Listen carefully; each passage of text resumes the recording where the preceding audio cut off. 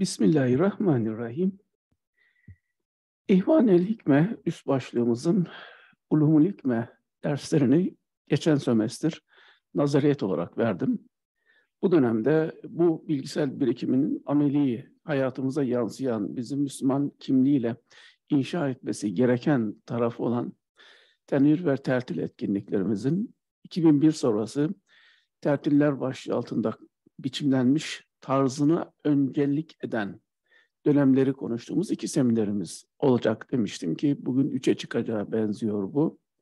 İlk dersimizi bir önceki hafta, Eylül'ün ilk haftasında Türkiye dönemi olarak vermiştim. 83 ve 90 arasındaki dönem. Bugün 90 ile 2001 arasında Almanya'da bulunduğum süre esnasında Kur'an üzerinde geliştirmeye çalıştırdığımız anlama yaşama etkinliklerinin tarihçesini paylaşacağım. Ve bu birikim ve deneyim Türkiye dönüşümüzden sonra nasıl bizim için bir hazırlık dönemi oldu, sonraki çalışmalarımıza bir köprü görevi inşa etti. Onları paylaşmam gerekiyor. Bütünü konuşurum diye düşünüyordum ama Cuma'dan sonra gelen misafirlerimiz nedeniyle hem dersi tamamlayamadım hem de içerik çok fazla şekillendi. O bakımdan iki bölüme ayırmak zorunda kalıyoruz. Öyle olunca demek ki ders Ocak ayına bitiremeyiz. Ocak ilk haftasında da bir iki ders sarkıtma durumumuz olur diye sanıyorum. İnşallah Berlin'e göçümüze kadarki dönemi getirebilirim bugün. Umudum odur.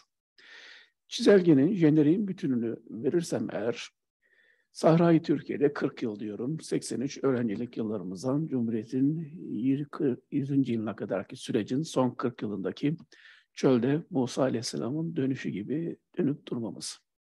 Tertiller öncesi 83-2001. Bunu da kendi içerisinde iki bölüme ayırmıştık. Birincisi Türkiye ki diğer İslam toprakları. İkincisi Almanya diaspora dönemi. Almanya dönemini aslında konular üzerinden de parçalayabiliriz. Başka şeyler ama bölgeyi zaman mekan koordinatlarını üst başlık çektim. Altlarında daha değişik renklerle kırmızı değil de mavimsi alt başlıklar açacağım şehirlerle bağlantılı olarak. Tam olarak zamanları iade etmemiz zor tabiatıyla. Zaman zaman geçiş noktaları var. Tarih ve mekan atlamaları kaçınılmaz bir önceki Türkiye dersinde olduğu gibi. Köln başlığını Berlin öncesi için genel manada kullanıyorum. 90 ve 92 yıllarına karşılık gelir. Ama içeriğini açarsak bunun Dortmund ve Solingen bölümleri var. Dortmund'da geçirdiğim ilk 5 ayım var. Daha sonra da 2 yıl 2 ay kadar Solingen'de bulunduğumuz dönemler var. Ama dersleri yaptığımız ağırlıklı şehir Köln ve Düsseldorf, daha fazla da Köln bölgesi olduğu için. Kitap kulübü ve dergi de burada neşrettiğimiz için üst başlık olarak Köln'ü vermeyi tercih ettim. 90-92 genel süreç, kendi içerisinde bölersek de 5 ay ve 2 yıl olmak üzere Dortmund ve Solingen dönemleri diyebilirim buna. İkinci dönemimiz Berlin pratiğimizle alakalı. Berlin'de de 2 dönemim var. Bir ara tekrar Köln'de kaldığım bir dönem oldu. Bütünü 92'den 2001'e kadar yayılabilir. Bir de 2 defa Türkiye'de geçirdiğim 3'er haftadan 1,5 yıllık Türkiye arası var ki 92'de ve 94'te gerçekleşti. Onu da bir ara dönem olarak Türkiye'yi değerlendirebilirim. Berlin'in birinci dönemi 1 Ağustos 92 ile 31 Mart 95 arasındaki pratiğimiz. İkinci dönemde 26 Ağustos 96 ile 6 Eylül 2001 arasındaki dönem. Bunu 20 Eylül'e kadar taşıyabiliriz ama ona Araf diyerek Sicli Köperlik diye bir ara başlık attım. İlgili yerde paylaşacağım bu tecrübeleri. Türkiye aralarda dahil olmak üzere ama Berlin'e göçümüzün birinci dönemine geçmeyen noktada bırakırız sanıyorum bugünkü dersimi. Görsellerle zenginleştirme yine fırsatım olmadı dediğim gibi gündüzki ziyaretçilerimiz nedeniyle. Öykünme sadetinde değil, ima bağlamında kurarsak cümlemizi 6 Ocak sabahı Düsseldorf'a indim. Ren Nehri'nin kuzeyinde adını verdiği eyaletin başkenti olan Düssel köyünün havaalanı. Modern zaman tayyarlarının, seyyahlarının sıradan vesayetine 28 yaşında kısmet oluyor ilk kez binişimiz. Ahim Meskut diyarında batıya, güneşin doğduğu topraklara doğru hareket. Zaman zaman göğün karanlığında süzülüş, Zaman zaman Balkanların, Avrupa'nın kent ışıklarıyla varlığını bize kuş bakışı seyrettiren yeryüzü. Bizi bekleyen kader bu zulümat nur sarkacında, kavşağının sarkacında hangi yakasına doğru daha yakın duracak, yaşayarak öğreneceğiz. 6 Ocak demiştim. Bunu biraz şöyle yazarak iki imayı kastettim. Ocak 6 derken verdiğim bilgi hem bir tarih belirleme hem de ocak kavramının köklü çağrışımlarına bir tutunuş. Ocağımız sönmesin, gökte Bedir geceleri, gündüzleri Şems tenvir etsin, yakacağımız kamp ateşlerimizin ziyasını terk etmesin bizi dilekleridir ocak altında olma arzusu. 1 Muharrem 1988'in başlattığı yeni süreçte Alak'ın menkıbesini dinleyerek bunları Türkiye periyodunda paylaşmıştım. Kişisel tarihimizde seyri sülük. İple çekmek, Ramazan'ın gelmesini, ruhiyetle dolu yaşamak, Kurreti ayın der Kur'an çocuk sevincine. Adını nur koyduğum evladımın ismiyle başlayayım diaspora tenvirinin hikayesine. 7 aylık firakın hitamında ilk gördüğüm bir çift gözü, gözümün nuru olacak hep, ifadem ve hızım. Zaman ve mekan koordinatlarını riayetle sürdüreceğim yine anlatımı. Konular üzerinden zaman zaman sınırların dışına çıksak da, bazen mekan içinde mekan göçleri yaşansa da sanırım ana çatıyı koruyabileceğiz. Tertiller döneminde organları, organelleri ile bir tek vücut kimliği kazanacak olan Ruşeym halinde o dönemi hazırlayacak denemeler de görülecek hikaye anlatımı içerisinde. Türkiye dönemi için yaptığımız gibi 90'lı yılların hem Türkiye daha çok da Avrupa dünya tarihi açısından İbnül Vakit paylaşımlarını bu kez toplu verme yerine dönemlere girdikçe konuşmak istiyorum. Dönemin bütünü üzerine tarih beklentimizin izlerini sürmek için hızlıca bir çırpıda ağzımdan çıkan zaman zaman tekrarladığım 91, 92, 93, 94, 95, 96, 97, 98, 99, 2000 sıralı sayılarını vermeliyim. Musa Nebi'nin 10 yıllık Mısır dışı hayatındaki beklentiye paralel, Türkiye koşullarının bizim için olgunlaşacağı bir süreye ihtiyacım vardı. Biraz sarkacak süreç bizi 40'lı yaşlara kadar taşıdı. 1900'ler Avrupa Hristiyan bilicinde ikinci 1000 yılın biteceği son 10 yıla karşılık geliyordu. Kader bize sokaktaki adamı Avrupa'da içeriden gözleyen bir diaspora tanıklığı yazmış. Bu genel girişten sonra şehirler bazına iniyorum. Kolonya suyunun menbaının kenti. Kuzeydoğu'da Prusya, Potsdam'ı, Berlin'i sahnede yer almadan Kutsal Roma Cermen zamanlarından beri şimdilerde kendini Doğuç olarak tanımlayan halkın kimlik kenti. Hamburg'u hamburgerinden, Bremen'i mızıkacılarından, Münih'i futbolundan daha buralara ayak basmamışken bilir ortalama yurdum insanı. 92 Ağustos'una kadarki kesitte birçok şehirde bulunmuşluğumuz, ikisinde Dortmund Solingen ikamet etmişliğimiz olsa da Dom Katedrali'nin ev sahibini üst başlık yapmalıydım. Göçmen işçilerin ilk bayram namazlarını kıldıkları tarihi tapınakın kentini.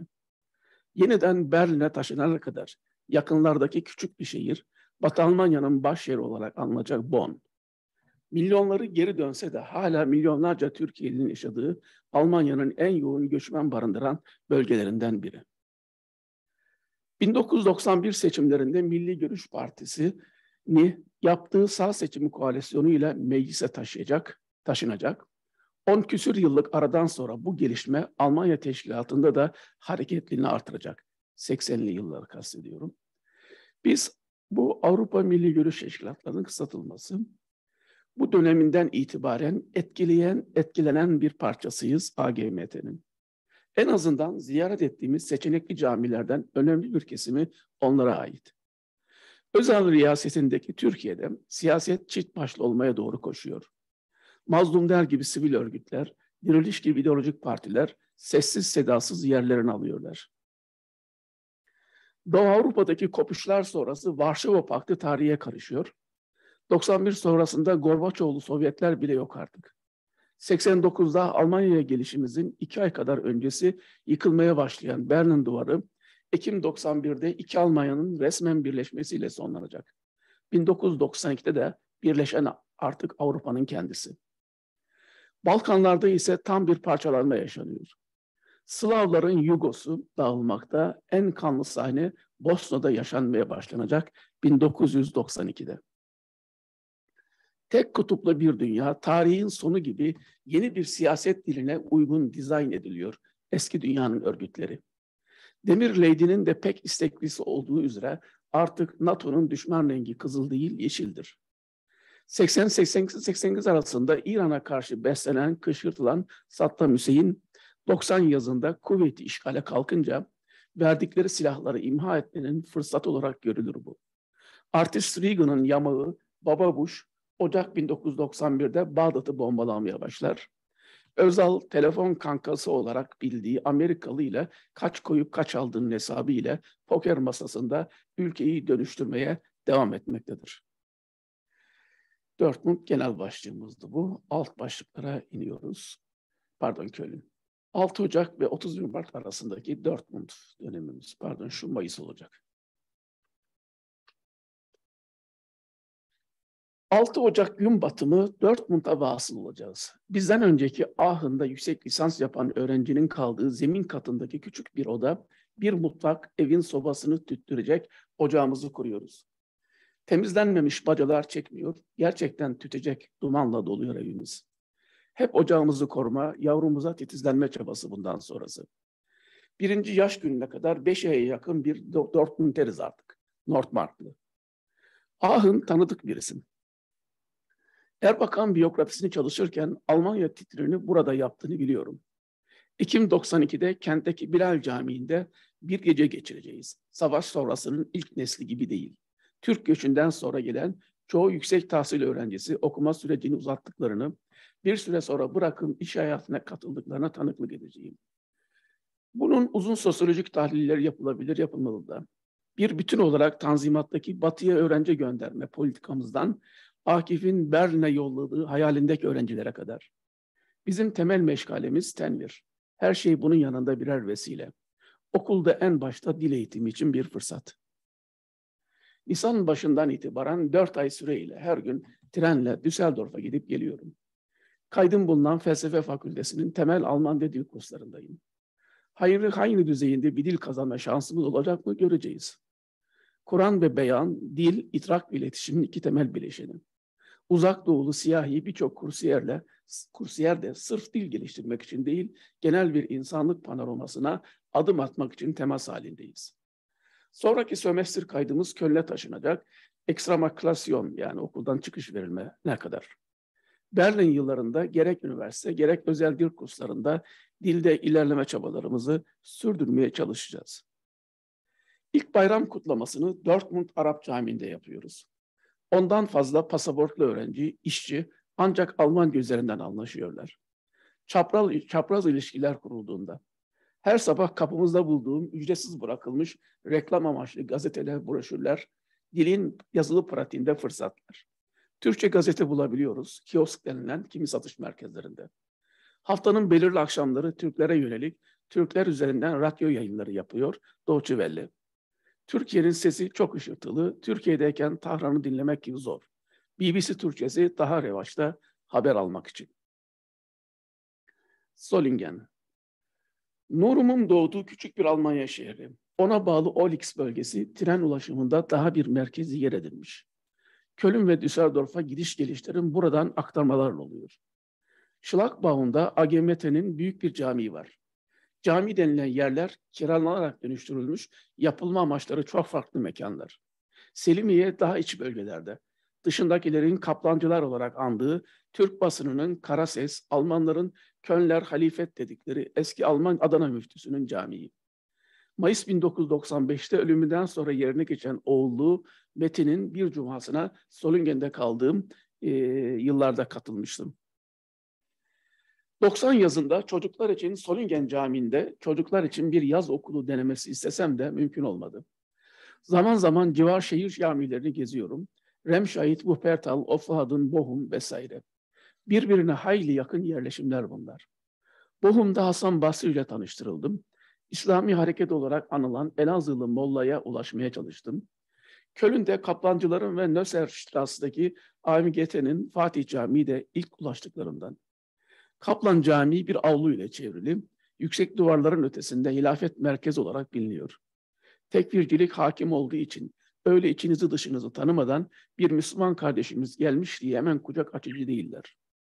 Daha yakın temaslarımız için 91-92 yıllarının gelmesi gerekiyor. 90 yaz ve güzü bu mihvalde geçti sayılır. Köln Üniversitesi kurslarına devam ederken Murat Yarmadelen'le tanışacağız bir kursiyer olarak. Sonraki yıllar Hizbullahçı kimliğiyle tanıyacağız sanıyorum. Kaplancılar üzerine Gemlik günlerinde okuduğum Rabıta yazı dizisinden bahsetmiştim. Almanya, İngiltere gezileri dönüşünde Aksoy Müftüoğlu bir Tahran gezisi de yapmış olan Kaplan'dan epey ümit var bahsediyordu o zamanlar. Daha yakından tanıdığımızda bunun açılmış bir kredi olduğunu anlıyorum. Tertiller öncesi diaspora yıllarımızda bu iki hareketle değişik düzeyde yollarımız kesişecek ya da çatışacak. Fazla zaman atlamamak için teyir ediyorum bunları.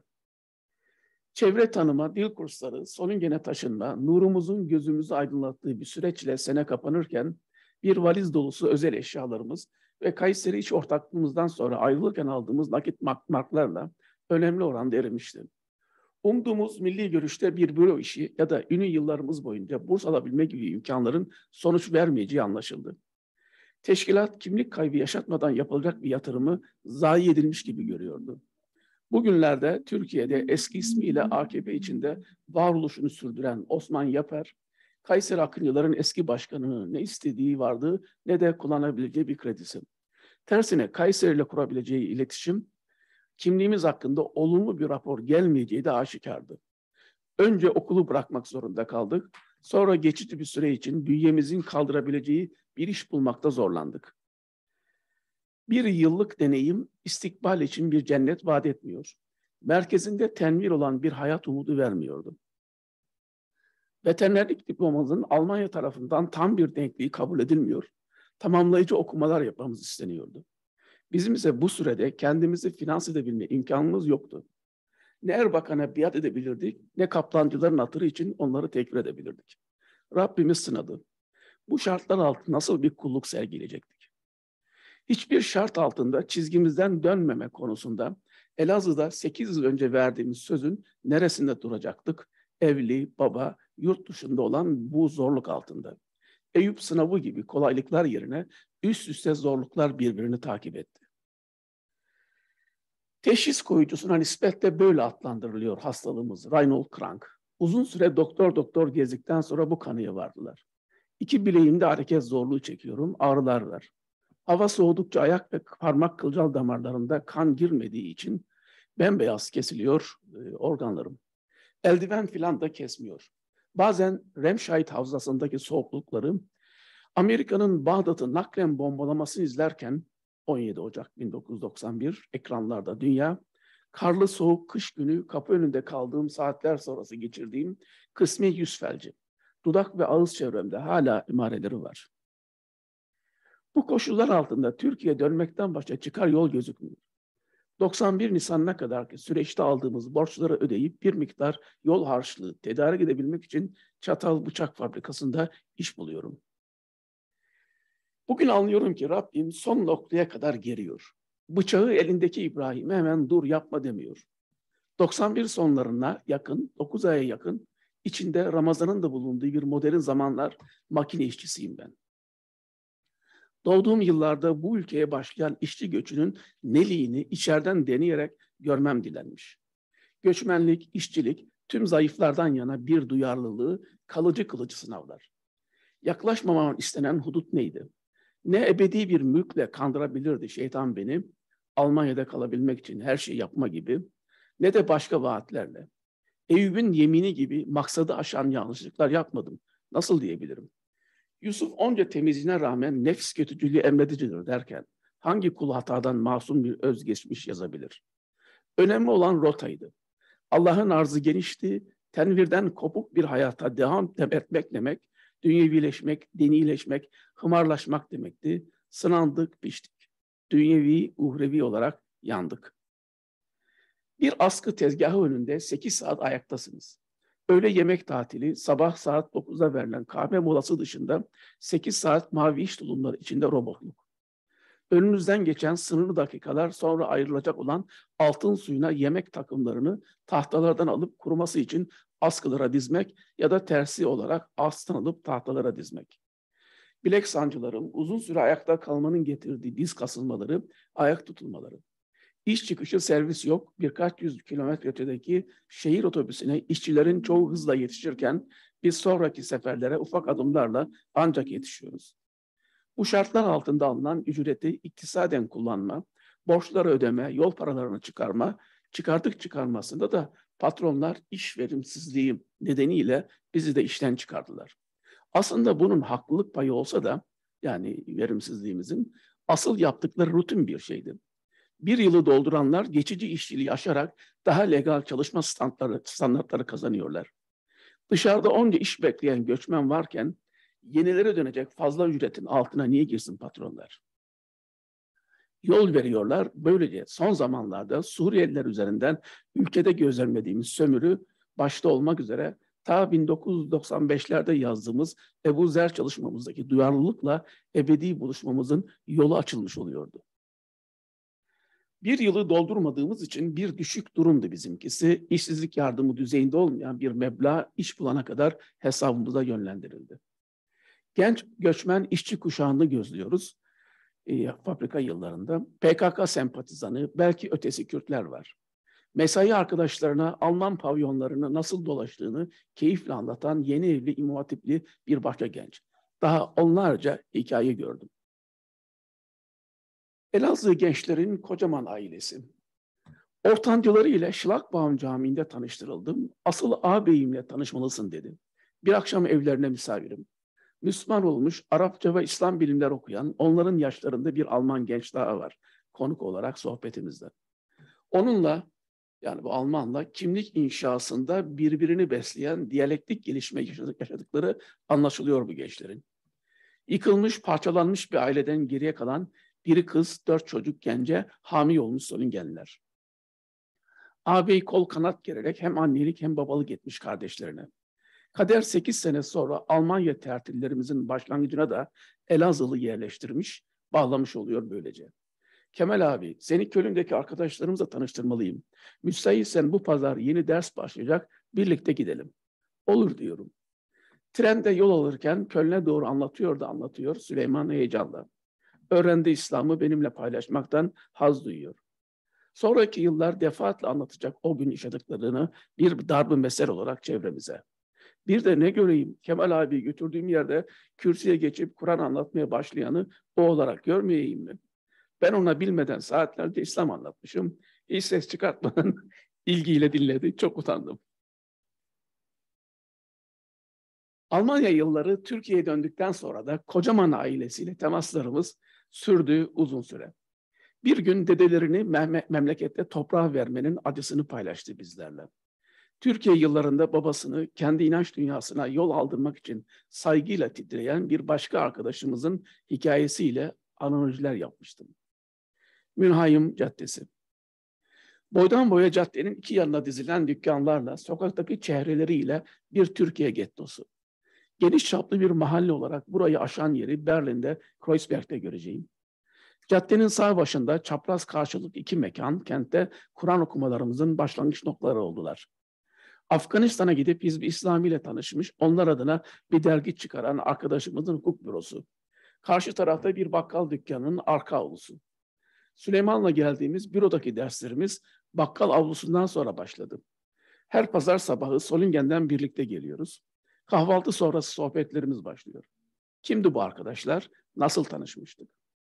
Caddenin sonlarına doğru karşılıklı bir cami ve cemevini görürsünüz komşu olarak. Cam ekranında Cafer buyruğu kitabı, Hazreti Ali portreleri. Daha ötelerden sola dönünde Taceddin'in evine çıkarsınız. Ders yaptığımız büronun üst katını kiraladılar. İçine özel kitaplarını taşıdığı odamsı evi zihnimde Taceddin'in dergahı olarak kodlayacağım. Pik.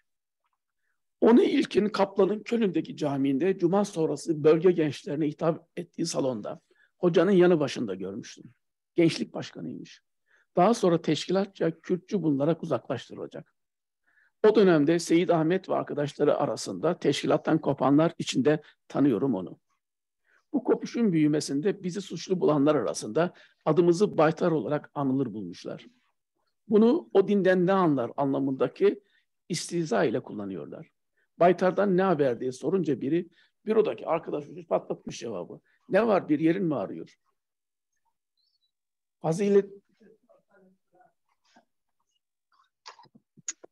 Faziletini kendini Erbakan'la şeklen kıyaslayan hoca için de, Kemalettin Hoca için de, Gülbettin Hikmet Yarın sakalı senden uzun esprileri o dönemlerde yüzümüze gülümsemeler veriyor. Hikmet'le etnik kimliğe olan vurgu Hikmet'te etnik kimliğe olan vurgu arttıkça hem mülhayim hem de irşat çevresine mesafeli durmayı tercih ediyor. Soyadı olarak Yıldız'ın yerine Serbilend'i kullanmaya başladı. Kaplan da kendisinden Hocaoğlu olarak bahsediyordu. Açılımı Partiya İslamiye Kürdistan olan bir hareketin bir parçasıydı artık. Değişim dergisinde İslam coğrafyası içinde Kürdistan başlıklı bir bölüm ayırmamız bile Hikmet'i tatmin etmemişti. Kürt alfabesi üzerine yazılan ilk alfabe çalışması kitapları onun evinde okudum. Yanımıza girip çıkan küçük kızlarının dilinde Tatlıses'in bir mumdur, iki mumdur diye söylenen türküsü aslı ile Yekduri, Duduri diye söyleniyordu.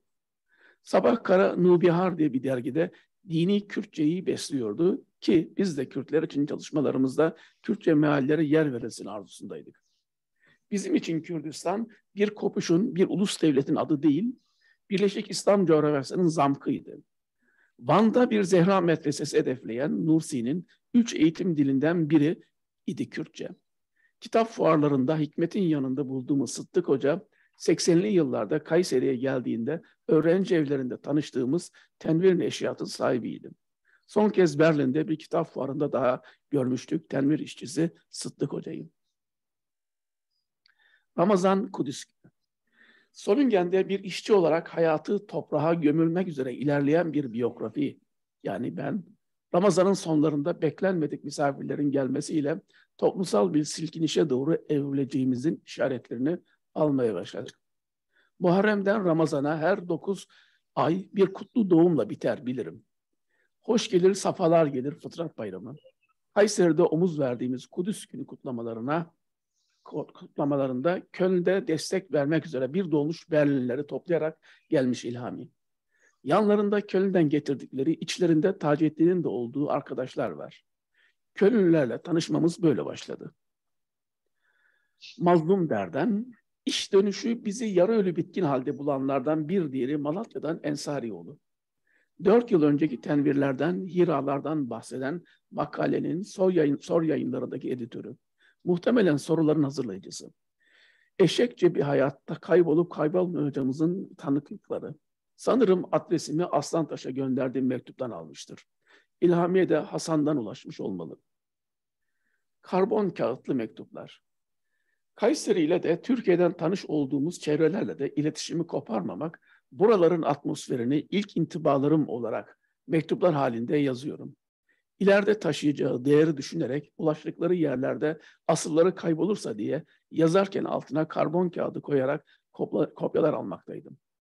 El yazım hiç okunaklı değildir. Mümkün mertebe ayrı harflerle yazmaya çalışıyorum. Maalesef şimdi nerelerde olduğunu bilmediğim bir yerdeler bunlar. Belki bir gün karşıma çıkarlar. Türk göçü o zamanlar 30 yaşındaydı. 60-90. Şimdi üzerinden bir 30 yıl daha geçmiş. Taşıyabileceği tasviri satırlar önemli olan bu mektubun. Mesela Milli Görüş kongrelerine katılan Fesli Kadir'in Avrupa'daki hikayesi. Ekmek satar gibi kent caddelerini dolduran seks shoplar. Türk gençlerindeki kimlik yitimi. Şimdi tarih olmuş Kaplan Hareketi hakkındaki tespitler. Özelimiz üzerine zaman zaman maksadını aşan cümleler kuşkusuz oldu. Kırıcılıklar şimdi daha engin bir noktadan Palavra şarkısının sözleriyle anmak onları anlamlı görünüyor. Gerçek duygularım değildi ki çaresizliğim, beşeriliğim. Misliyle karşılık koyuşlar. Gazetelerde okuduğum referansları başında Süleyman Bey'in bulunmuşluğu nedeniyle Mazlum Der heyecan vermişti. İlk kanaatlerimi başarı dileklerimle paylaşıyorum. Bu mektuplardan bahsediyorum. İleride Human Rights mücadelede kayıplar yaşatacak bir cephe olabileceğini hiç tahmin edememiştim mazlum derim. Karakoç'un Silk Diriliş Partisi metni elime geçince Hasan göndermişti. Onu Milli Görüş partileriyle mukayese eden satırlarım da keşke şimdi elimde olsaydı. İleride Karakoç, Tenvir Partisi kök referansları içerisinde anacağım bir koca isim. Mengişoğlu ile de mektup teatillerimiz oldu. Hısmımız olmuş Aydın abi, yerli gibi Kayseri örgüt şeması dışındaki arkadaşlarımızla da mektuplaşıyoruz. Köln Kitap Kulübü'nden Değişim Dergisi'ne. Taceddin'in dergahı artık KKK, Köln Kitap Kulübü olarak anılıyor. Değişim Dergisi'nin adresi olarak burayı veriyoruz.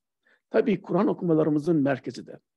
Kulüp Kayseri'de kalan Bilgi Kitap Kulübü hevesimizin burada canlandırılışı. 15 yıllık gazete, aylık, haftalık dergi koleksiyonlarımı Almanya'ya gelirken buraya bırakmıştım. 28 Şubat sürecinde yok edilmiş, dağıtılmışlar maalesef. Mülhayim'de kitaplar dışında dergiler, kopiler yoluyla dosyalar oluşturmaya çalıştık. Kütüphane hayali gittiğimiz yerlere taşınarak sürecek. Berlin'de 93 kütüphanesi olacak.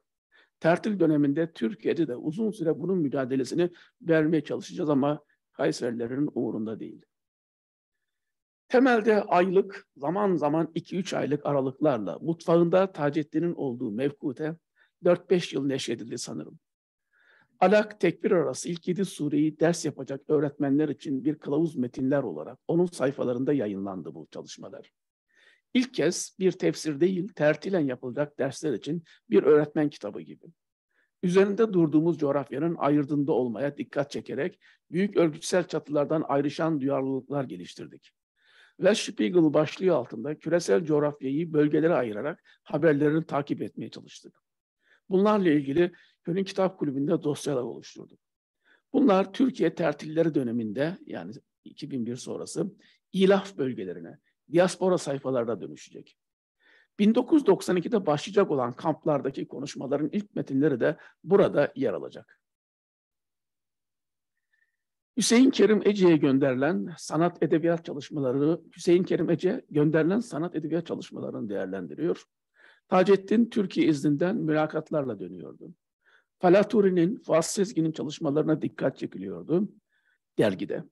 Büyük çatılardan kopan arkadaşlarımız için yeni organik yapılanmalarına bir biçim ve ahlak olarak meşruiyet yazımızla dikkat çekiyorduk. Hollanda'dan Avusturya'ya, Kayseri'ye kadar uzanıyordu posta dağıtımlarımız. Adaletsever kamuoyuna ya da kurusun elleri bu leheplerin, bunlar Cezayir işgaline karşı yapılan bildiriler. Başlıklı bildiriler burada da yer alıyordu. Abbas Medeni'nin oğluyla hazırladığım sorular üzerinden bir röportaj yaptı arkadaşlarımız. Kayseri'ye ulaşan sayılarımız Kayseri'de aynı adlı bir dergiyle çıktı karşımıza.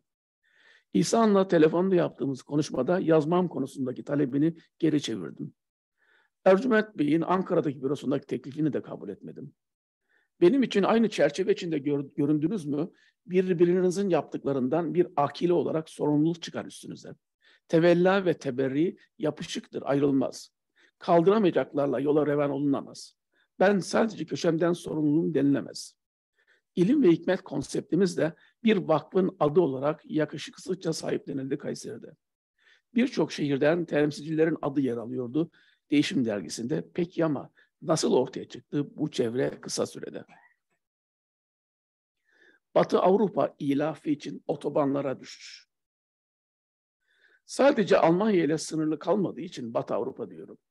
Rotterdam'da güneşin batışına tanıklık, Österreich'ta yani Avusturya diyebilirdim ama şu doğu batı karşılığını versin diye böyle kullandım. İkinci Viyana kuşatması tepeleri. Siyonist Kongre'nin 100. yılına doğru Basel. Bu arada kalan kentler. Hollanda'da ilk durak Tilburg mesela. Uğur Mumcu'nun bir mümin ile bir kafirin resmi diye not düştüğü Ahmet Kalkan'ı evinde devasa kitaplığı içinde buluyor, sohbet ediyoruz. Onu Türkiye'den ayrıca Adnan Arslan'la İran yanlısı Kıyam dergisini çıkaran olarak da biliyoruz. Geçenlerde vefat haberini aldık. Adnan Stuttgart'ta akademik uğraşlarla başlamış. Onunla ilk kampımızın ilk konuşmacıları arasında yer alacağız. Stuttgart'ta evinde kahvesini içtiğimiz Hidayet kardeşimiz bir başka tanışıklıktan bize kalmış yadigar. Almanya'nın güneyine inmişseniz Mainz'dan geçersiniz, Münih'e çıkar yolunuz. Fatih Çakmak, Fatih Gündüz, bölgenin iki Fatihi. Talat Özsan'ı sonra iktibas temsilcisi olarak bileceğiz. Türkiye'den davet ettiği o çevreden misafirlerini dinleyeceğiz. Başka aralıklarla gelip kavram kampları yapan Ercüment Bey, Kayseri'den bir hatıra Hüseyin Bülbül, İzmir'den şirk uzmanı Mehmet Erol'un oğlu gibi. Münih'e İlhami ile gittik. İzmir'den Muammer Özkan aradık Kufe Camii'nde. Yine onunla Viyana'da Bekir Tank'ı dinledik. Afganistan ve girişim hatıralarını. Değişim dergimiz masasındaydı. Bir ara arkadaşlar Metiner ile Altan ile birlikte geldiler Köln'e. Kürt duyarlılıkları her şeyin önüne geçmiş, yoğun Erbakan eleştirisi yapıyorlar. Hamburg'a kadar ortak kervanda yol alıyoruz.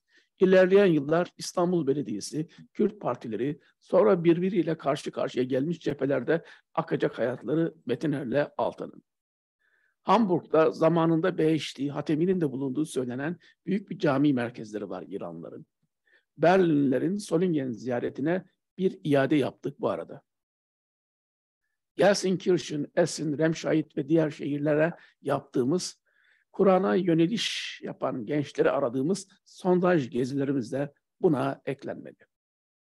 Civar teşkilatlar.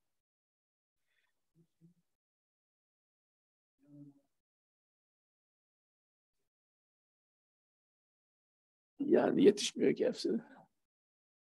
Civar teşkilatlar. Milliyetçi hareket içinde de önemli kıpırdanışlar yaşanıyor. 91 seçim ittifakı sonrası Muhsin Yazıcıoğlu Türkiye'de Türkeş'ten ayrılarak kendi partisini kurmuş.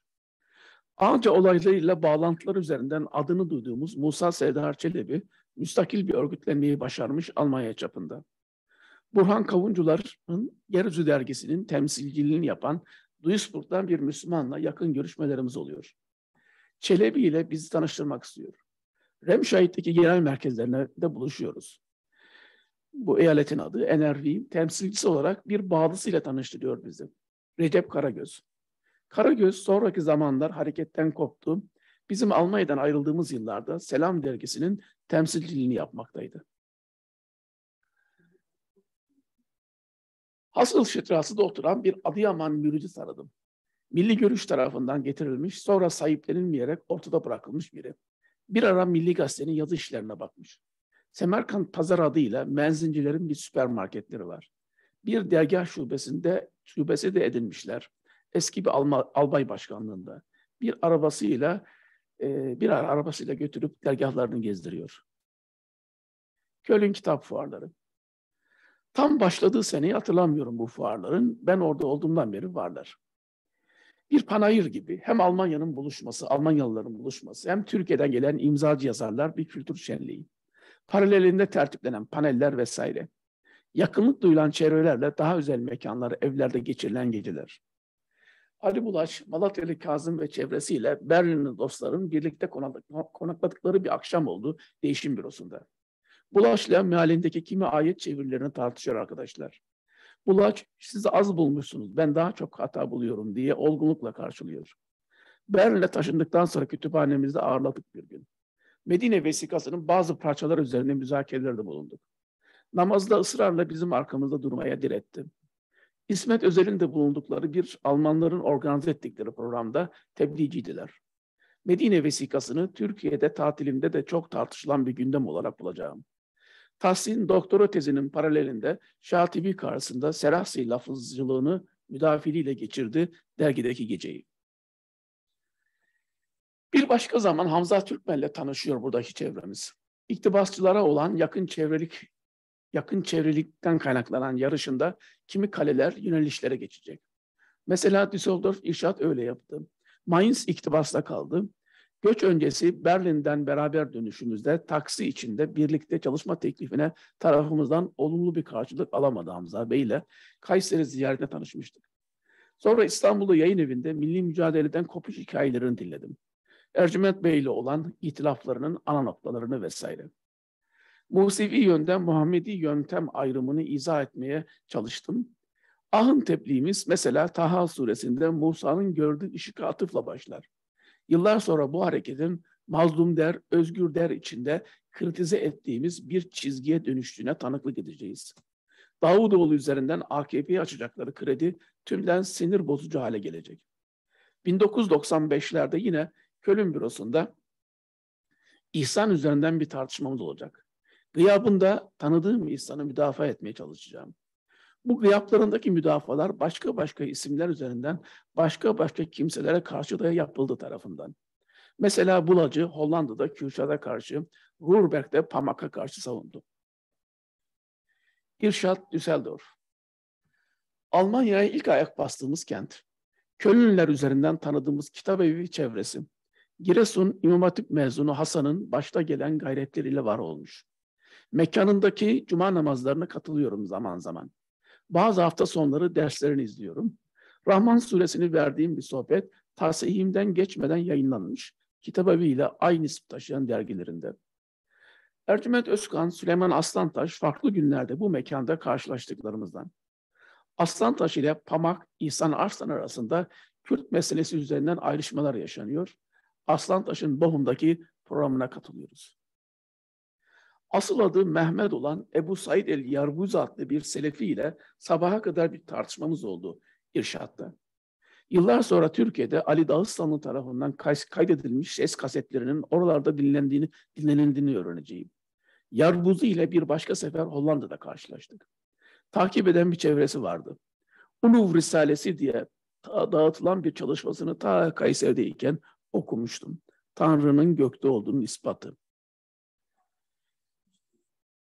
Bidenkopf buluşması. Onca ziyaret sonrası başarılan ilk kongremiz 92 Haziran başlarında burada oldu. İslam kültürü ve kültürel İslam başlıklı bir sunumum var. Yıllar sonra çok farklı yerlere çekilen bir içerikle indirilen din, uydurulan din diye pazarlandığını göreceğim. Paylaşmadığım içeriklerim. Yaklaşık 6 ay aralıklarla bu toplantılar 1996 sonlarına kadar devam etti. Bundan sonraki bölümü önümüzdeki haftalarda konuşacağız. Berlin dönemi 92-91. Yalnız bu arada Türkiye'de olan 3'er haftalık 2 dönemim var ki biri Solingen yıllarına ait. Parçalamadan ikisini birlikte anayım, onunla kapatalım dersi akşam ezanında okundu. İlk Türk iznime 22 Nisan'da başladım 1992'de. 3'er haftalık süreli oluyor bu izinler. 1994 Şubat'ında da Berlin'den ikincisini yapacağım. Yusuf Aydın abinin idaresinde Rey isimli bir yayıncılık faaliyetine başlamış arkadaşlarımız. Fukuyama'dan çevrilen bir kitap üzerine yazılan bazı kritikleri içeren makalelerle basmayı düşünüyorlar. Benden bir katkı istediler. Kısa tatil süresinde fazla zaman ayıramadığım satır arası notlarla başlıklı bir kompozisyon teslim ediyorum. Basılmış halini 5-6 ay sonra Berlin'e taşındıktan sonra göreceğim. Bulaç, Davutoğlu ve diğerleri katılımcılar arasında bizim 30 yaşlarında durduğumuz çizgiyi yansıtan, teslim silah etmeyen kararlılığımızı yansıtıyor bu belge. Şubat 94'te geldiğimde ailem 20 yılın ardından Yenişehir'den Bozant Caddesi'ne taşınmışlar. Kayseri yerel seçim telaşında arkadaş çevremiz Refah adayı Şükrü Karatepe'nin kazanması için kolları sıvamışlar. İstanbul'u Erdoğan'ın alma heyecanı başlamış. Yerel radyo yayıncılığıyla tanışıyor Türkiye. Birlik FM'de 2 kez konuk ediliyorum. Aydın abi Hikmet Saatleri diye bir program yönetiyor. Canlı yayında gelen sorulardan birinin sahibi Hikmet Nihat Bengüsü Bey. Birçok hatıra üşüyor zihnime. Bir ara İstanbul'a taşınmış İhsan'ı ziyaret ediyorum İstanbul'da. Yeryüzü bürosunda Burhan Kavuncu ile görüşüyoruz. PKK karşısında Hizbullah'a kol kanat geren yayınlar yapıyor. Evet, Berlin dönemi sonrasında önümüzdeki hafta paylaşayım arkadaşlar. Hayırlı geceler olsun.